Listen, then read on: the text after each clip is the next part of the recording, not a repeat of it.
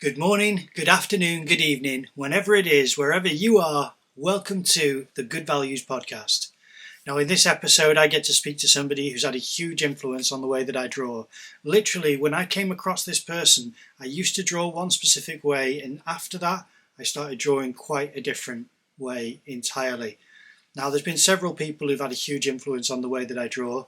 My older brother, Katsuhiro Otomo, Brian Bolland, Kim Jung-yi, Jared Moralt, and this guest here today.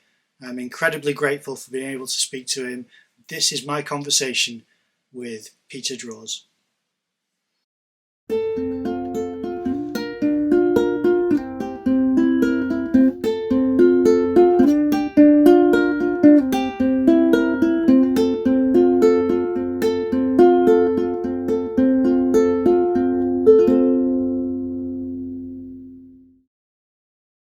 Okay, so could you introduce yourself for the audience, please?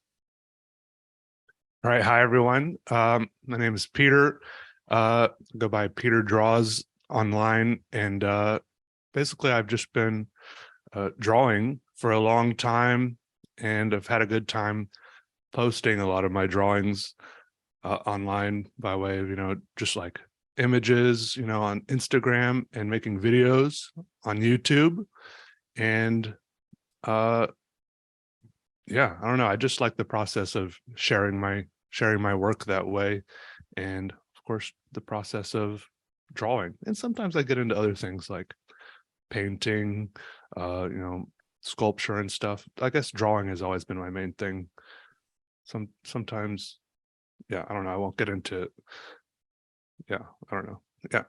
Well, I guess you've got more questions. Yeah. Yeah, I was going to say my first question is kind of related to that, really, because you're mainly known for drawing and your unique style of doodling and creating these worlds. And then you do certain paintings where you have a very similar freedom to your application of paint.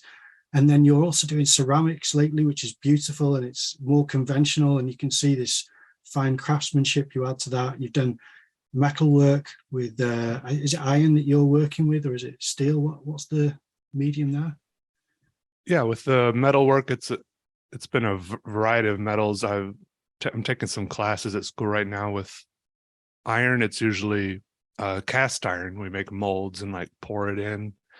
But I'm doing some sculpture stuff where we like I'm taking a welding class right now. Where right now I have a class where I'm making a scrap metal sculpture which is welding steel together, and I'm in the middle of making a cast aluminum piece. I've done bronze stuff, so it's a variety. And it's fun to mix it up that way, because I will admit sometimes I mean, even people ask me this question, but sometimes like, what do you do when you get burnt out on drawing? And my advice is always like, hey, don't push yourself, switch up the mediums, change it up somehow. There's always other ways to be creative, and for me, the answer is always, maybe try sculpture, try painting, write a poem or something, So I've enjoyed the stuff I've been doing at school, like ceramics and sculpture, for that reason. Yeah, that's fantastic. I mean, I was going to ask you, it's a bit more of a broad question, but what is it that you value about art? I mean, there's always that great feeling when you finish a piece, just to sit back and look at it, and you can see something that has never existed before. You just get to look at it, and to me, I mean, it's like, wow, that's cool. And there's a feeling of something fresh, something new, and you get to think, wow, I made that. Came out of like my hands, my brain. But there's also that feeling of when you're actually making it. That feels good too. I don't really exactly know how to describe it, but I usually feel better when I'm making art than when I'm not, I guess. So I just kind of drift towards making art, I guess. Just this seems like the best thing to do with my time most of the time. Yeah. It's got kind of a cathartic process to it, I suppose, hasn't it? So you can really channel your emotions. You've spoken recently about a video that you made where you're I don't know if it was the drawing your feelings video that you were talking about on your AMA video, but you were talking about how you couldn't replicate a video where you're actually going through something and processing feelings in a drawing. You couldn't fabricate that because it wouldn't be genuine. And I think that's a really nice sincerity that you kind of offer to your channel. And I think that's what people feed off of, you know?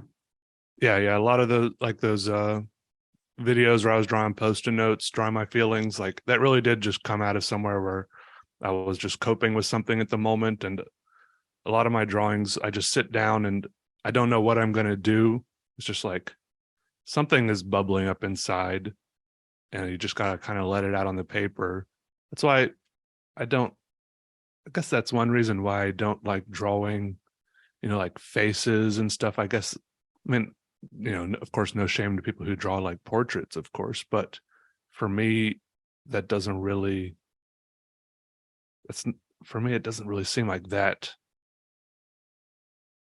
I guess it doesn't really, it's not like a good emotional outlet for me. I have to worry too much about the technicalities of it when I'm drawing something that's supposed to look a certain way.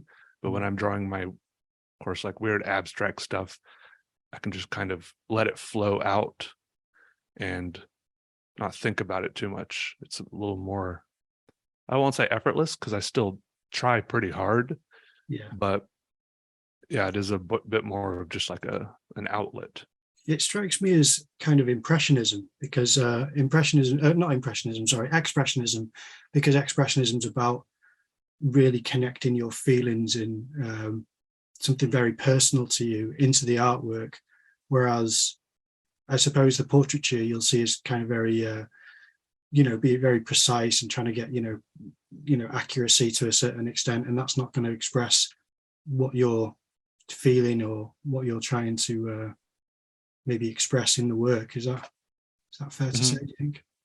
Yeah, I think so. Like, sometimes when I'm drawing, I just get it, like the drawing will just take, sometimes even in the middle of a drawing, my mood can change. And I don't know how obvious it is in the drawings or even in the videos, but I'll just get caught up in some little part of the drawing or little details. Is like I start thinking about certain things in my life and I get caught up in little details. Maybe I start thinking about some weird memory from my past that makes me anxious or something. So I start making a bunch of little details as I mentally work through it. And then maybe the drawing gets freer again as I have mentally worked through it in the drawing process or something. I don't know. So yeah, it's just kind of a very immediate and like free form process that helps me. Yeah. I mean, I've seen, because on your videos, you have this amazing comedic introduction sometimes, and you've got a real playfulness and freedom to expressing, your kind of fun side. And that's something which I don't know. I mean, I couldn't offer to my channel. And I was always very admirable of whenever I'd watch you, it'd make me feel the joy of watching a kind of playful kind of, attitude towards video making. And it's so nice. And I know that you're doing this.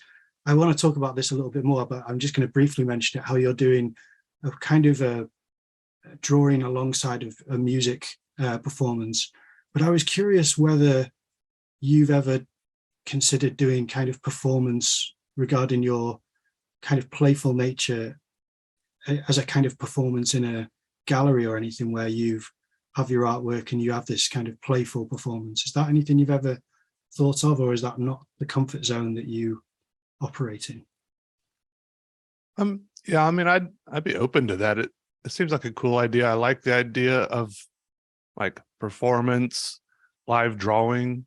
It would take a little bit of I don't know, like figuring out exactly what I want to do, or I think I would have problems with overthinking it a little bit, when it's not live, when I'm making a video and editing it, recording it, editing it. I still have like that final touch on what gets delivered to the viewer. And when it's live, I have this like thing in the back of my head, like, people came out and, they took time out of their day and they're here. I have this problem where I want to overthink it and make sure they're all getting the best experience. So that I need to get that out of my head and get into a space where I'm just like expressing myself. So that's like a little mental hurdle. But I think I would enjoy that, because I think people would really enjoy it if I was just out there having a good time expressing myself, whether it's on video or like a live thing, because I've done some of those things where I'm just like drawing as people are playing music, or like in a gallery, like you say. I think I'm open to that. I like the idea, even if it was just like in a gallery, like you said, and I was like drawing on a big piece of paper, splashing paint around, who knows, being goofy, being dumb. I think people would just like watching people passionately express themselves. Yeah, being weird, I guess. Well, one of the things that I spoke to a student in university who I met about how to overcome depression is to be silly. And that's, I think, something which is so valuable that people overlook and maybe dismiss.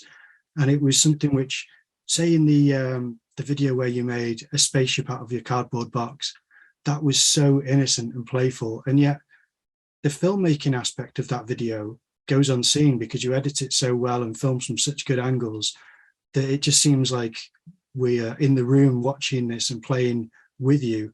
Whereas in reality, you've set up the camera in several different ways to show these different elements of the kind of spaceship setup, and how you'd interact with these buttons and switches. And part of that is just the magic of your videos and your channel. And that's really something which I think is a very professional aspect of how you deliver your kind of your work online and your content.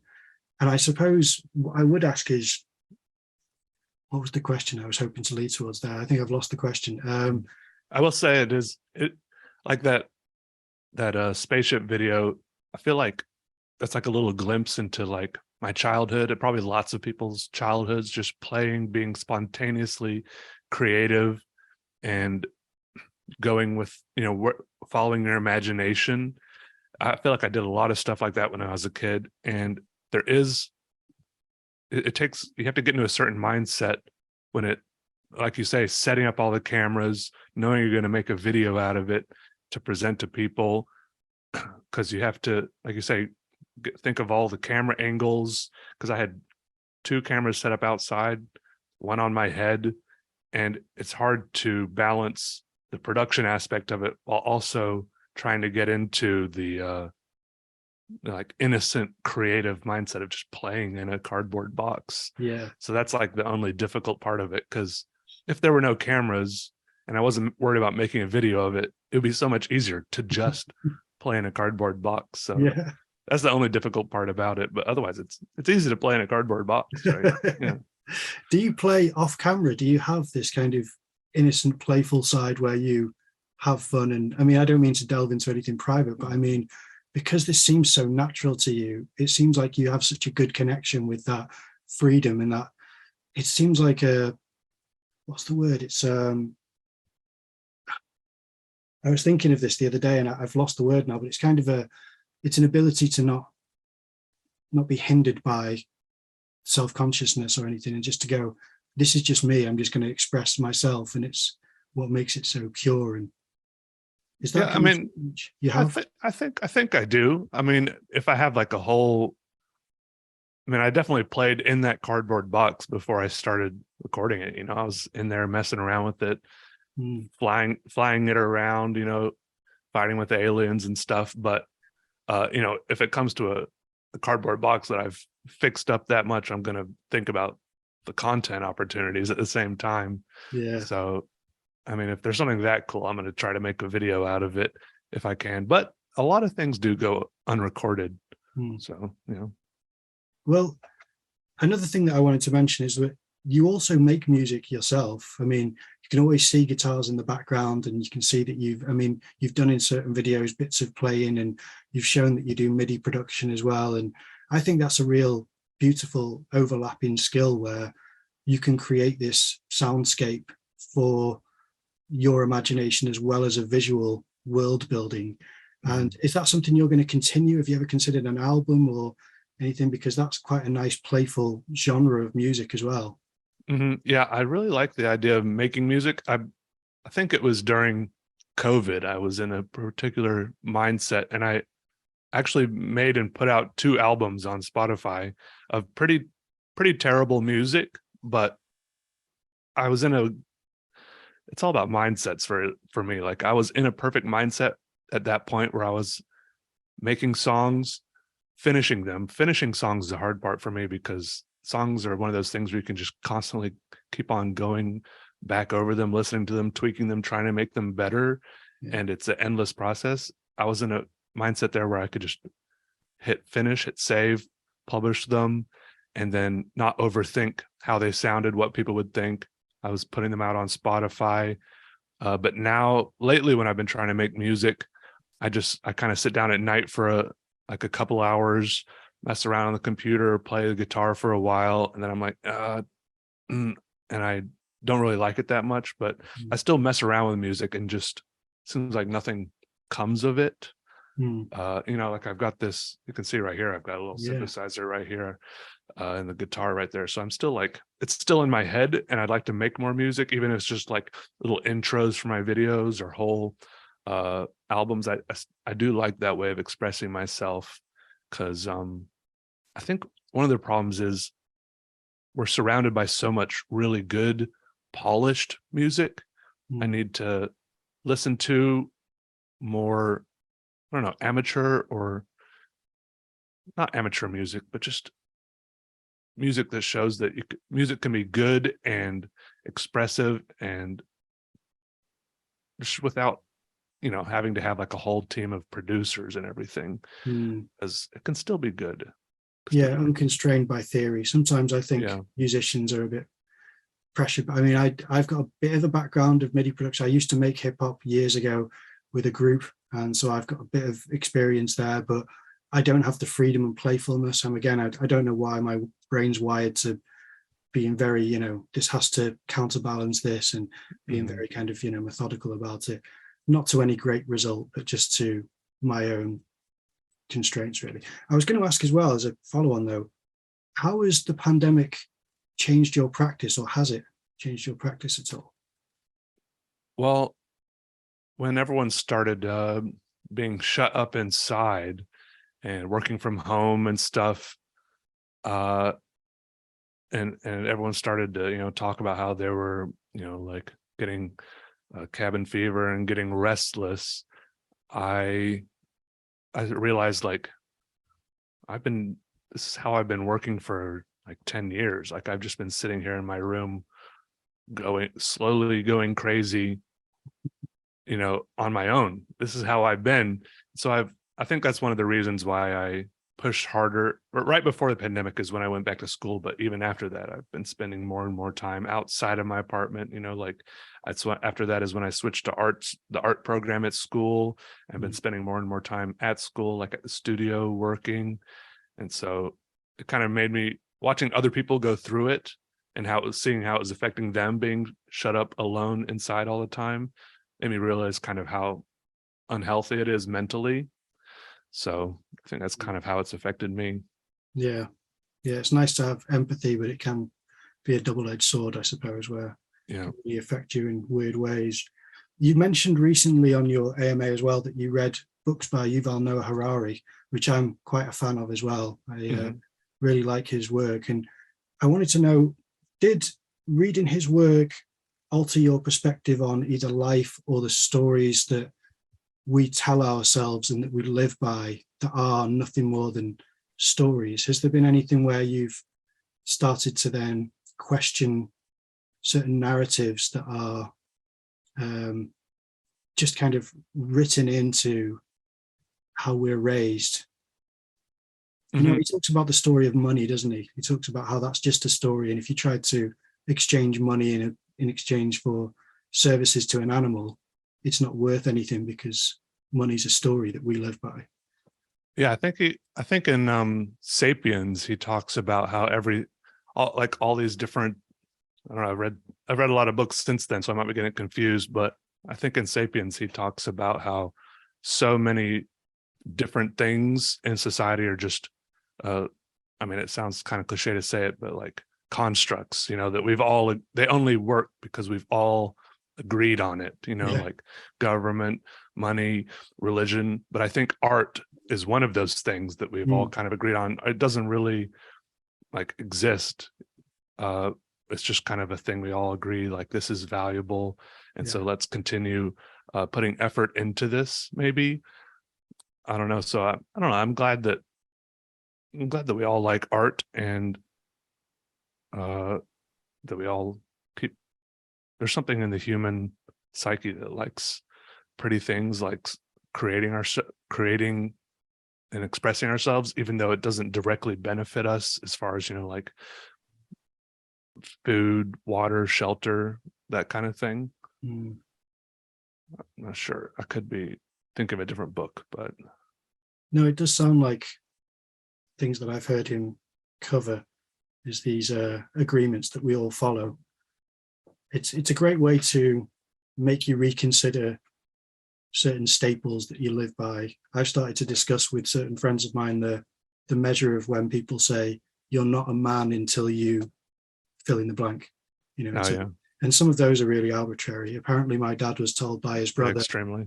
Yeah, my dad was told by his brother, "You're not a man until you've had a daughter," which I'd never heard anyone ever say before. And I find it so comical that, just keep having children until you have a daughter so that you can be a man. It's just such a strange, arbitrary line.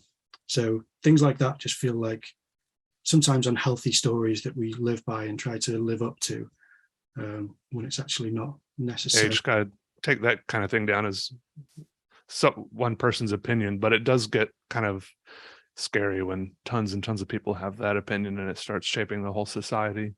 Yeah, it's very strange. What did you learn from your exhibition that you had recently? Is there anything that you came out with where you thought this has changed my perception on exhibiting work? I guess the weirdest part of it was, as I was installing it, it was fun installing it. And then after I was finished, I stood back and looked at the whole thing. And I thought, this is tons of work that I've done over a few years. Like even just installing it took several days. It's just like a huge culmination of tons of effort by me, tons of pieces that I love. I stood back and I didn't like it. I wasn't proud of it, which was a weird feeling. I don't know if I didn't like it because of the overall look of it, or I just expected there to be, like fireworks or something when I stood back. And for like 2 or 3 days after I finished installing it, I didn't tell anybody, even when the exhibition was open. I wasn't posting about it. I didn't tell any of my friends. I was like in my head being quietly like not proud of it. I don't know if I was ashamed, but I just wasn't like, yeah, my exhibition, even though I wanted an exhibition where people could go look at a bunch of my art for so long. But eventually I posted, about the reception, and, there was so much good feedback about it. So many people were sending messages, being supportive and proud of me. And I just felt silly for doubting myself, because people seemed so excited and so happy for me. So I was like, I should have been happy for myself all along. Yeah. Well, it is that self-critique which strengthens artists' work, in my opinion. So I think if you can criticize your own work, then you can try and improve upon certain aspects, and that's a really useful tool. But I'd like to know as well, something that I do ask every guest is, what do you like and what don't you like about your own artwork? I like looking at it. I like kind of the details, the intricacy. I like how a lot of it is not directly representational. Something I've mentioned in the past, how a lot of the things look brand new, like they're things that have never existed before. Like I feel like I'm bringing something fresh into the world. Like you can't look at it and say, oh, this is that. So it's like a brand new introduction of a creation into the world. Something where I could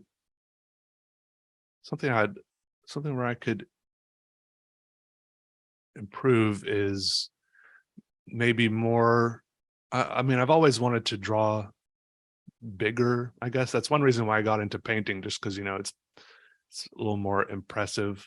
Not, it's just bigger. It's on a piece of. I usually paint on a piece of wood that's like 2 by 3 feet, so that feels a little better. But it's just hard. I've like murals and stuff. I find so impressive because they like kind of envelop you as you stand in front of them.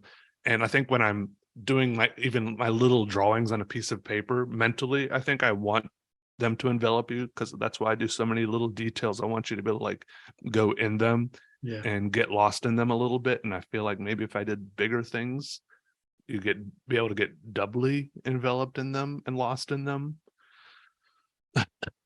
Sorry. But I don't know if that's really the answer, because so many things change when you change things like scale and medium. But I don't know, I'll just keep going and trying to improve. And also, I think I have this problem of not spending enough time on my drawings, because I have like this endless like deadlines and grind to keep on making YouTube videos, which is its own problem. But it's like, oh, got to put another YouTube video out. So if I spend I usually spend like 1 or 2 days on each drawing. And if I sometimes ask myself, what if I spent like a month on a drawing? Ultimately, I think I would get bored of the drawing. But how amazing would that drawing be? Who knows?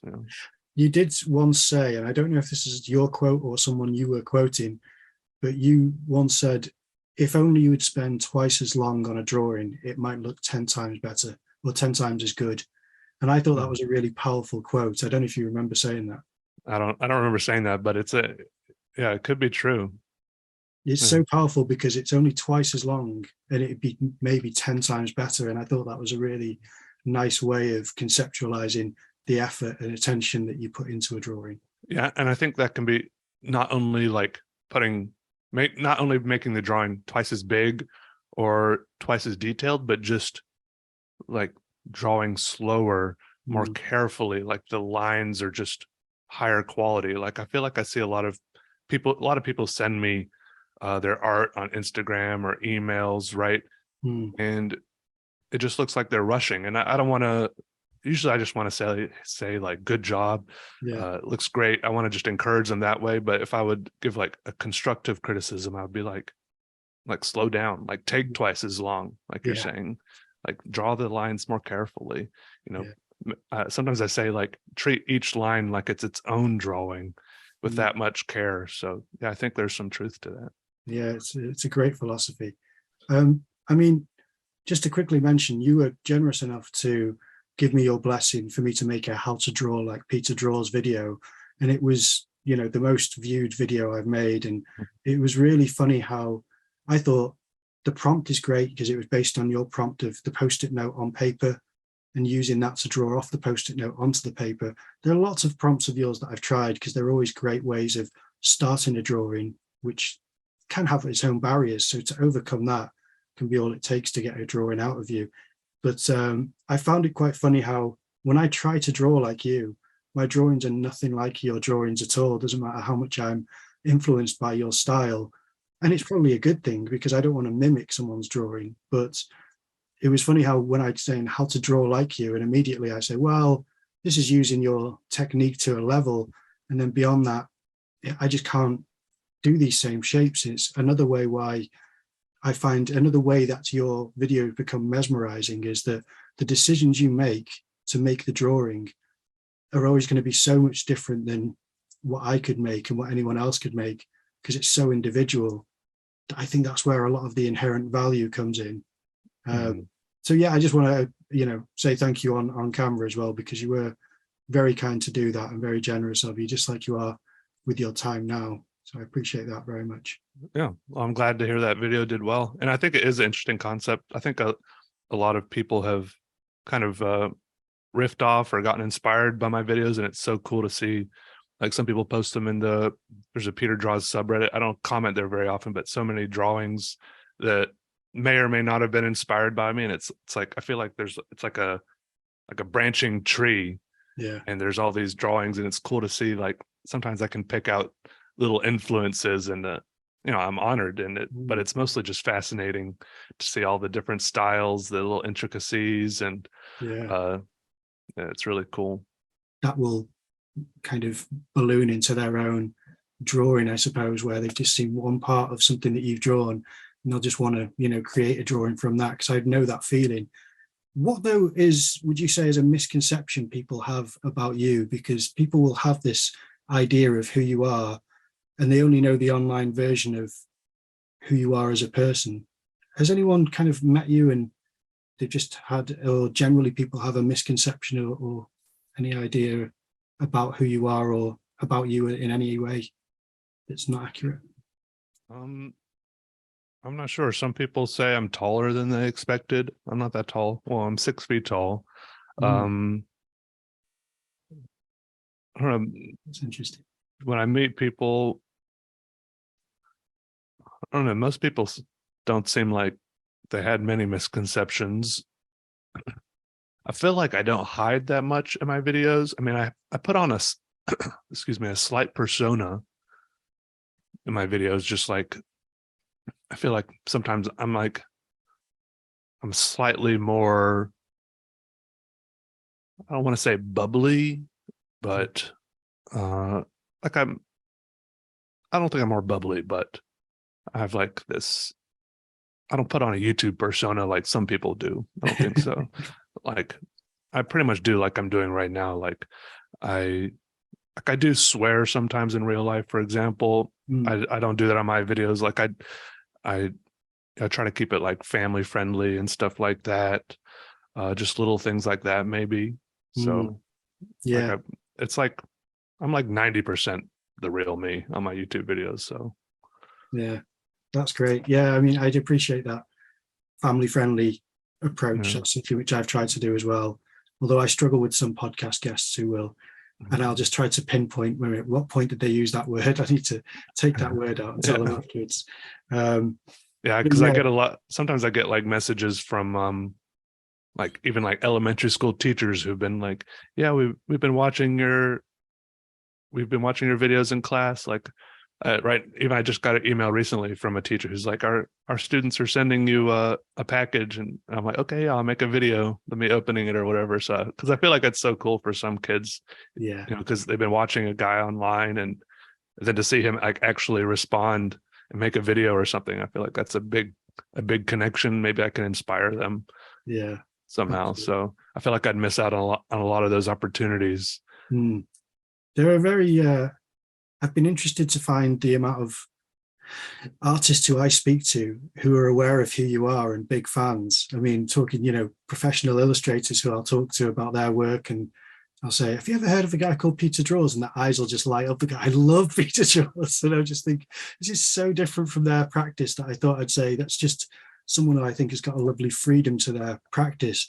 And they'll be like, I love the video. So it really has permeated a lot of different avenues of art making, which I think is really valuable and really appreciated by everyone, because it is such a wholesome and nice kind of world that you welcome us into in each video.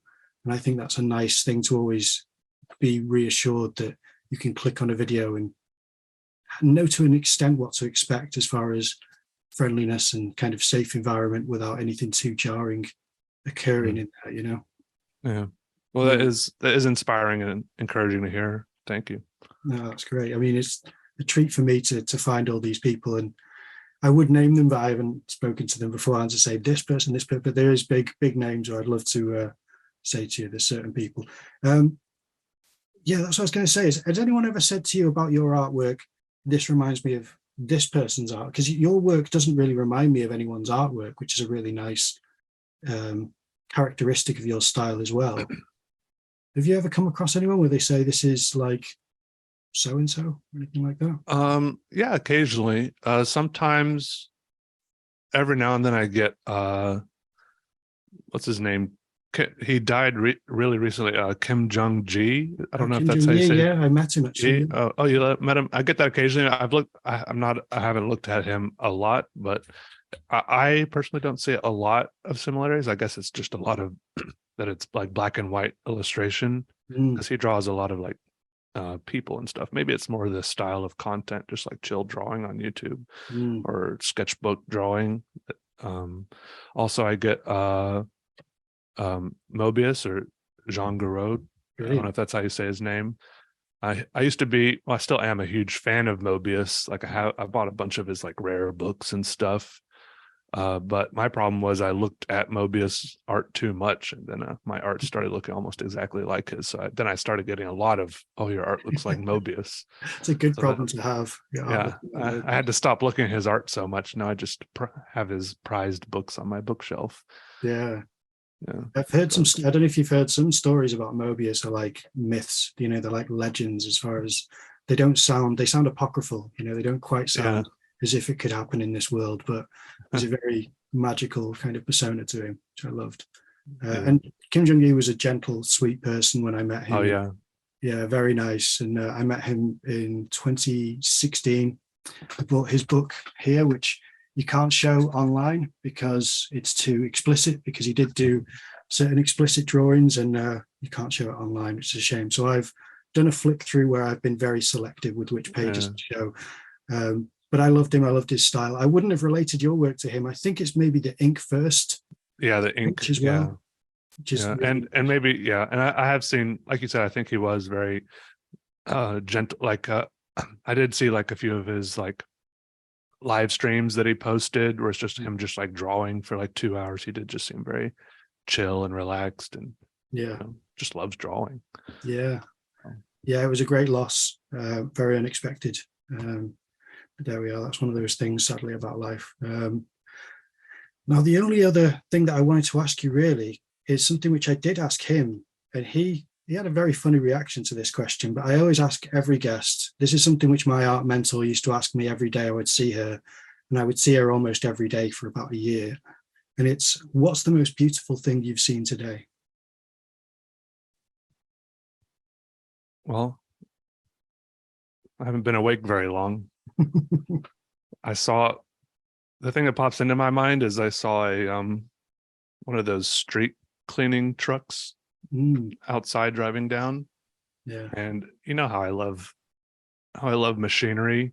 Yeah. And this thing is a work of art, the way it can drive down the road, sweeping up all the leaves in the gutters, and it has these amazing racks of flashing lights all over it. Yeah. So I was just sitting outside drinking my morning coffee, watching this crazy looking street cleaning machine driving up and down my street. It's kind of like a crazy looking Zamboni, you know, those things that clean hockey rinks or re-ice them. Yeah. So that's what did you say? You asked what the most beautiful thing was? That's amazing. Yeah. That's fantastic. I don't know if I would have come up with beautiful, but I would call it cute, cool, or fascinating, but I think it was beautiful in its own way. I think I've got very kind of maybe effeminate or delicate kind of terminology sometimes for people where they say, I don't know if I'd say this, I don't know if I'd say that, but I'm kind of wired that way. So excuse me for my terminology. But that's all right. The thing is I remembered you making a series of photographs about clouds, which I loved. Oh, yeah. So majestic and incredible. Is that something you still take an interest in as well? Oh, I love clouds. My problem with taking photographs, like this camera that I got that I took a lot of those photos with, is the problem is it's like too nice that I'm afraid to carry it around with me everywhere like I'd love to. So I don't know, maybe I just need to be that guy who is always, always has the camera around his neck and everyone's like, why do you got that camera? I don't know, it's like I think I just need to commit or something. Yeah. I just love to take so many more pictures, but I'm just afraid it's going to get bumped or damaged or something. I don't know. But yeah, because sometimes, you see a picture, you take it with your phone and it looks okay, but sometimes a picture with like a nice camera just looks so much better. And the clouds on this thing just look great. So yeah, I love clouds. Even as I was watching that the street cleaning truck go by. I was like, oh, I want to take a good picture of that, just because like all the lighting was amazing, just like the natural light coming in and the lights on it, and like I think it was beautiful. The people, that's what I think that is so cool. Like when people were designing that vehicle, constructing it, they were not trying to make it look beautiful. The other beautiful thing I like that I want to take pictures of is those like power substations, where it's just like they have fences around all of them, which kills me, but maybe I need to get a zoom lens or something. And it's just like a bunch of weird metal structures with wires coming in. Yeah. And that to me is just a giant sculpture. Absolutely. Because I don't know what it does, but it looks awesome. Yeah, I agree. I know what you mean, because there's so many pipes and cables going from things. You couldn't conceive of it without seeing this amazing structure. And it was purpose built, obviously, but to me, since I can't conceive of the purpose besides I know it has something to do with electricity, it's just pretty. And that one of those, take a picture of that plus clouds. Oh, that would be amazing. It's a sweet spot of nature and a man-made structure. Yeah, beautiful. I mean, I can really relate. Just before I let you go, this is my first proper camera that I've ever bought, and this is for YouTubing on. It's a vlogging camera, so it has the thing coming out of the back. And I took that yesterday to a cattle market because is that the ZV1? 10, the EV10 it is. Yeah. No, ZV E10, sorry. ZV E10. I think I have a similar one. Oh, nice. It might be a slightly different model, but I think it's like similar. It does, it has the same screen at the back. Yeah. It's really cool. I mean, really handy. But I took this to a cattle market yesterday, which was what I expected it to be. I'm collaborating with a German artist at the moment, and her and I are doing farming machinery, talking to farmers about, how fragile the kind of balance between the public and the product really is, and how there's a disconnect between where it comes from. You've got amazing machinery, this really old stuff, and it's all rusty, and it's got all these prongs coming out. And I love prongs. Amazing. I'll have to send you some pictures, because there's some amazing images I've got.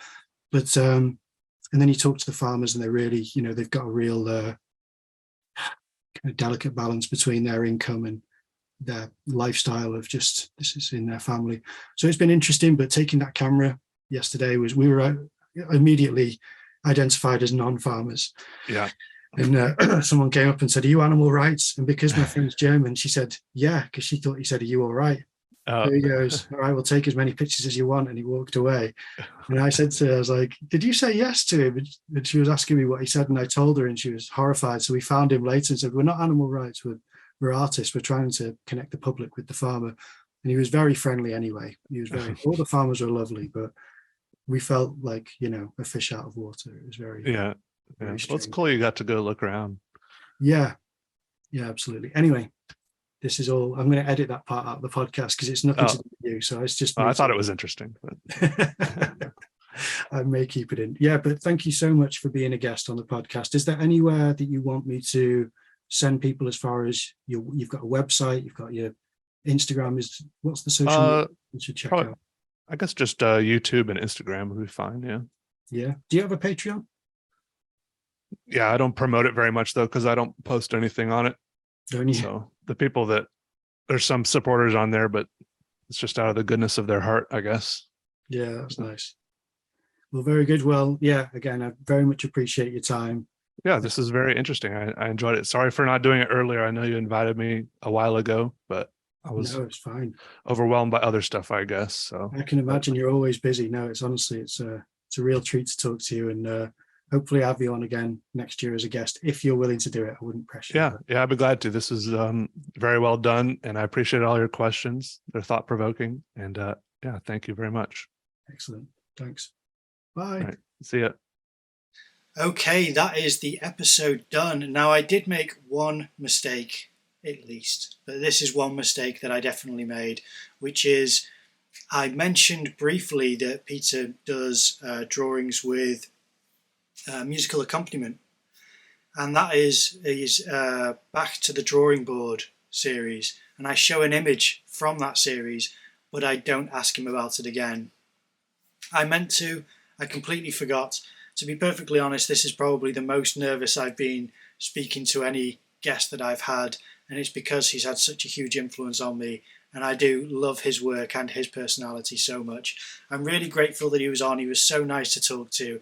I look forward to having him on again. In fact, there's going to be an event next month. I mean, that's when we're planning on doing it, is next month, where I'm going to be hosting a conversation between PeterDraws and Scott Teplin. Now, I can't wait to do that. I think both artists are incredible. Their work is amazing, and they're such nice guys to talk to. Scott Teplin is actually going to be on the podcast as well, so look forward to that. Thank you very much for watching. Please support Peter on his YouTube and Instagram if you don't already. Check out his work and send a like and a subscription his way. And do the same for this channel if you can. I mean, leave a like, comment down below, subscribe to the channel, ring the notification bell, share this with friends and family. I really want the channel to grow, and with your help it will. Thank you very much for watching, and I will see you in the next video.